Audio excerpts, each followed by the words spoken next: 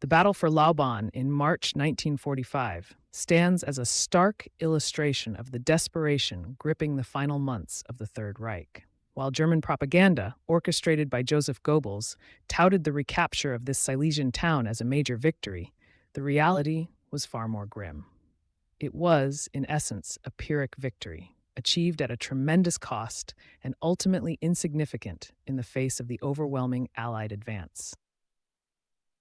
Goebbels' visit to Lauban, captured in the photograph of him decorating the young Hitler Youth member Willi Hübner, was a carefully staged propaganda event. It aimed to project an image of strength and resilience, to bolster flagging morale, and to convince a war-weary populace that victory was still within reach. The image of a 16-year-old boy receiving the Iron Cross speaks volumes about the dire straits of the German military. As casualties mounted relentlessly, the regime increasingly relied on children, barely old enough to shave, to fill the depleted ranks of its army. This wasn't merely a matter of calling up reserves.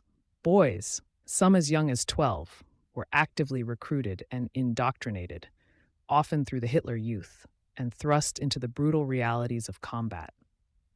They were deployed not just as auxiliary support, but as frontline soldiers, expected to fight alongside seasoned troops against a relentless enemy.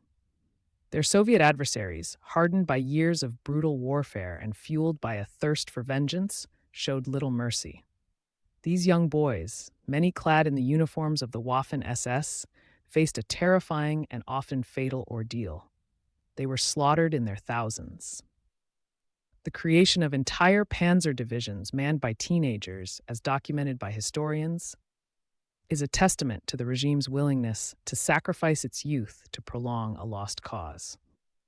The sheer scale of German casualties in these final months, hundreds of thousands per month, underscores the catastrophic human cost of the war.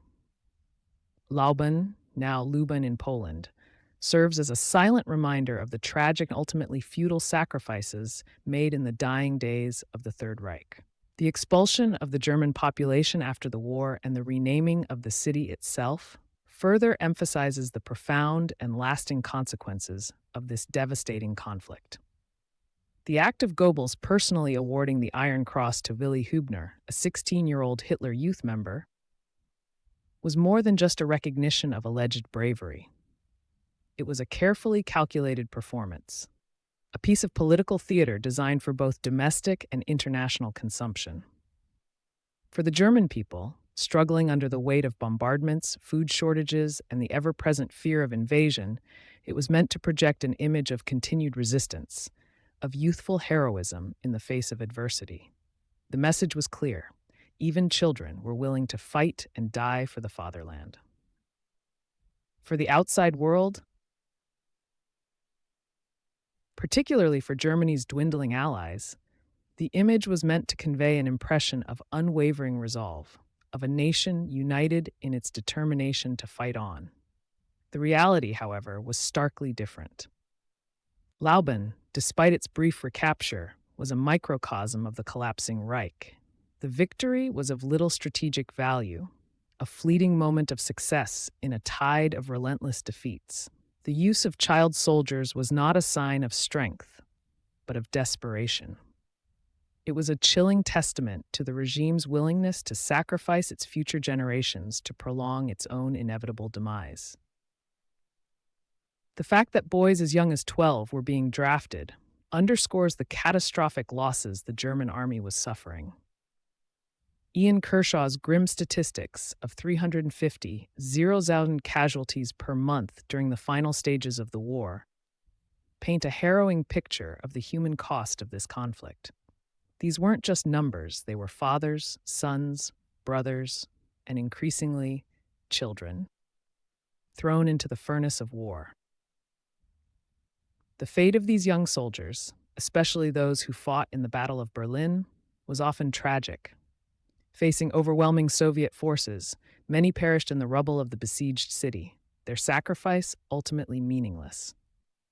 The renaming of Lauban to Luban and the expulsion of its German population after the war serves as a powerful symbol of the shifting geopolitical landscape and the profound consequences of the Nazi regime's actions.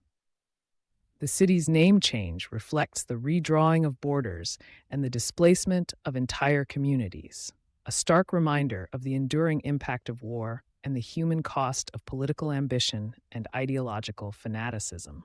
This photograph of Goebbels and young Willi Hübner encapsulates the tragic paradox of the final months of World War II.